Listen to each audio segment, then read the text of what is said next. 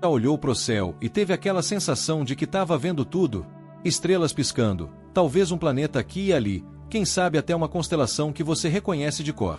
Mas e se eu te dissesse que o que você está vendo é quase nada? É como olhar por um buraco de fechadura e achar que está vendo o mundo inteiro. A real é que nossos olhos foram feitos para sobreviver, não para entender o universo. O que aparece lá em cima é só uma fração microscópica da estrutura cósmica. Enquanto você vê umas dezenas de estrelas, existem trilhões de galáxias espalhadas pelo espaço, cada uma com bilhões de estrelas. Se o universo fosse um oceano, o que você enxerga é só uma gota, uma poça rasa no meio do infinito. E o mais doido? Essa poça está se mexendo, fugindo, distorcendo a própria realidade com o tempo e a distância. A ciência já mostrou que o céu é uma ilusão de escala, tempo e percepção. Quando você vê uma estrela, pode estar vendo o passado de um corpo celeste que nem existe mais. A luz viaja em anos-luz, e a gente vive atrasado nesse teatro cósmico. É aí que entram conceitos como paralaxe estelar, velocidade da luz, e até o famoso redshift, que mostra que o universo está em expansão e algumas partes dele estão, literalmente, sumindo da nossa vista. Hoje a gente vai abrir esse mapa celestial com precisão cirúrgica.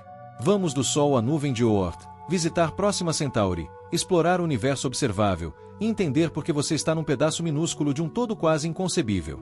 Se prepara, porque depois disso, olhar para o céu vai ser tipo lembrar de um velho amor, nunca mais do mesmo jeito. Quando a gente olha para o céu numa noite limpa, parece que está tudo ali. Um monte de pontinhos brilhando, talvez a Lua dando show, e, com sorte, um planeta como Júpiter ou Marte se destacando. Mas o que nossos olhos captam é só o básico do básico. É como tentar entender uma biblioteca inteira lendo só a lombada de um livro. A ilusão começa porque a luz, que é tudo que vemos, não conta nem metade da história. Nosso cérebro processa essa luz como se tudo estivesse próximo, fixo, acessível. Mas não é. Estrelas que parecem lado a lado estão separadas por distâncias absurdas. Uma delas pode estar a 4 anos-luz, outra 1000. E ainda assim, seus pontos se alinham no céu como se fizessem parte de um desenho animado. É por isso que a gente se engana tanto. Escala cósmica não é intuitiva, e nosso senso de espaço simplesmente trava diante dela. Se alguém te dissesse que aquela estrelinha brilhante pode ter deixado de existir há milhões de anos, você acreditaria? Pois é.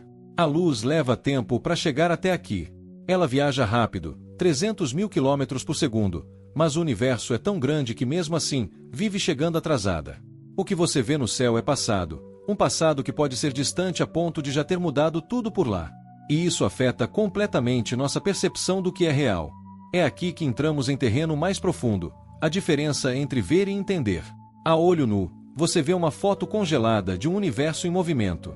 Mas com ciência, dá para enxergar o que está por trás dessa fachada. Conceitos como dilatação do tempo, paralaxe estelar, ano-luz e telescópios como o Hubble e o JWST mudam tudo. A gente vai decodificar essa ilusão, e aí sim, começar a ver o universo de verdade. Começando pelo básico, a distância da Terra ao Sol. A gente chama isso de unidade astronômica, ou UA, e ela mede cerca de 150 milhões de quilômetros. Parece muito? Mal começamos. Plutão, por exemplo, chega a ficar mais de 30 vezes essa distância. E aí você percebe, até o nosso quintal solar é gigante. Um espaço que engana, porque os planetas parecem alinhados em modelos escolares, mas na real, estão flutuando em abismos de vazio. E quando se fala em bordas do sistema solar, muita gente acha que é só passar de Netuno e acabou. Mas não, meu parceiro. Existe a heliosfera, uma bolha de partículas solares que marca a influência do nosso Sol. Ela vai bem além dos planetas e é onde as coisas começam a mudar de figura. A sonda Voyager 1, por exemplo, levou mais de 40 anos para alcançar essa fronteira. A ideia de perto começa a evaporar quando se fala de espaço real. Mais longe ainda, temos a misteriosa nuvem de Oort, um casulo esférico de bilhões de corpos gelados, que pode marcar o limite gravitacional do Sol. A gente nunca viu essa nuvem diretamente, mas suas consequências são sentidas, como os cometas de longo período que às vezes cruzam nosso sistema. Essa região pode se estender por até 100 mil UAs. É como sair do quintal e descobrir que ele dá para um campo que nunca acaba. A questão aqui é, a gente vive num sistema que parece organizado, mas é, na prática, uma vastidão quase impossível de compreender. E entender essas distâncias é fundamental para perceber o tamanho do salto quando falarmos da próxima estrela. Porque sair do sistema solar não é só seguir reto, é uma travessia entre dimensões de tempo e espaço. E isso muda tudo na nossa relação com o que está lá fora. Chegar à estrela mais próxima do Sol parece uma missão simples, até você fazer as contas. A próxima, Centauri, está a cerca de 4,24 anos-luz de distância. Traduzindo, mesmo viajando na velocidade da sonda New Horizons, uma das mais rápidas já lançadas, levaríamos mais de 70 mil anos para chegar lá. Isso mesmo, milênios. E é só a primeira estrela fora da nossa vizinhança imediata. A escala muda, e junto com ela, muda nossa noção de possível. Imagina se o sistema solar fosse do tamanho de uma moeda. Próxima Centauri estaria a mais de 400 metros de distância. Parece pouco até lembrar que entre essas duas moedas só existe vazio. Vazio absoluto, escuro, frio, silencioso. É o tipo de distância que não dá para visualizar com facilidade. Por isso, muitos modelos físicos e digitais tentam representar essa separação em escalas compreensíveis, mas até eles ficam meio ridículos perto da realidade. E o mais curioso é que, mesmo sendo tão longe, Próxima Centauri é tipo a porta da frente do condomínio galáctico. A luz dela leva pouco mais de 4 anos para chegar aqui, e ainda assim, essa luz é o sinal mais rápido possível. Não tem atalhos. Por isso, conceitos como ânulus, dilatação do tempo, e até a própria velocidade da luz se tornam essenciais para entender essas viagens impossíveis. Não é questão de tecnologia, é de física. Esse primeiro salto para fora do sistema solar é o verdadeiro choque. A sensação de pequenez, de isolamento cósmico, de estar num grão de areia no meio do nada. Mas ao invés de assustar, isso deveria inspirar. Porque se mesmo assim conseguimos detectar, medir e estudar estrelas tão distantes, imagina o que ainda podemos descobrir. E aí, a jornada segue, da estrela vizinha para uma galáxia inteira. A gente mora na Via Láctea, uma galáxia espiral com cerca de 100 mil anos-luz de diâmetro. É tipo uma cidade cósmica com centenas de bilhões de estrelas, planetas, buracos negros e nuvens de gás. Dentro dela, o Sol está numa região mais periférica, girando devagar em torno do centro galáctico. Agora imagina isso. Mesmo sendo só uma entre trilhões de galáxias, a Via Láctea já é tão imensa que levaria dezenas de milhares de anos-luz só para cruzar de um lado ao outro. A vizinha mais famosa é a galáxia de Andrômeda. Ela está a cerca de 2,5 milhões de anos-luz daqui, e sim, a luz dela levou tudo isso para chegar até nossos olhos. Um dia, as duas vão colidir e formar uma supergaláxia, mas isso só daqui a bilhões de anos. Entre essas galáxias, existe um território quase inimaginável, o vazio intergaláctico. Um espaço onde praticamente nada existe. É um mar escuro, gelado, sem estrelas visíveis. E isso muda a ideia de distância completamente. A travessia desse vazio é tão difícil que até a luz se arrasta por milhões de anos. Se hoje mal conseguimos sonhar em sair do sistema solar, cruzar até outra galáxia é como tentar nadar até outra costa sem saber nadar. E é nesse vácuo que aparecem conceitos como filamentos cósmicos, voids e superaglomerados, estruturas gigantes que conectam galáxias como se fossem teias invisíveis. O universo tem uma arquitetura escondida que desafia tudo o que conhecemos. E por mais inóspito que esse espaço pareça, ele é essencial. Sem o vazio, as galáxias não teriam para onde se mover, nem onde se formar. O silêncio do cosmos é o palco onde tudo acontece. E quando a gente entende isso, começa a enxergar a beleza não só na luz das estrelas, mas também na escuridão entre elas. Só que o vazio tem um limite, e o que vem depois dele é ainda mais surpreendente. Quando a gente fala de universo observável, parece que é o todo, né? Mas não se engane. Esse termo define apenas a parte do universo de onde a luz já teve tempo de chegar até nós desde o Big Bang, ou melhor, desde a liberação da radiação que hoje chamamos de radiação cósmica de fundo. Ou seja, não é que o resto não exista, é só que a luz ainda não deu conta de nos alcançar. A gente enxerga até onde o tempo permitiu. Esse limite forma uma espécie de bolha invisível ao nosso redor, com raio de cerca de 46 bilhões de anos-luz. Isso mesmo, bilhões com B. E aí entra a confusão. O universo tem só 13,8 bilhões de anos, então como pode a borda observável estar tão distante? A resposta está na expansão do espaço. Enquanto a luz viajava até aqui, o tecido do universo foi esticando como um elástico. E essa distorção muda completamente nossa intuição sobre tempo e distância. O mais louco é pensar que além dessa bolha observável, pode existir um universo infinitamente maior, talvez até infinito de fato. A ciência não pode confirmar o que está lá fora, mas as teorias mais aceitas, como o modelo CDM, apontam para isso. Significa que o que vemos é só uma parte, um recorte microscópico de uma estrutura que pode estar cheia de outras galáxias, aglomerados, talvez até universos paralelos.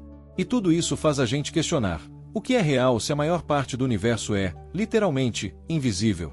Como entender o que nunca poderemos medir diretamente?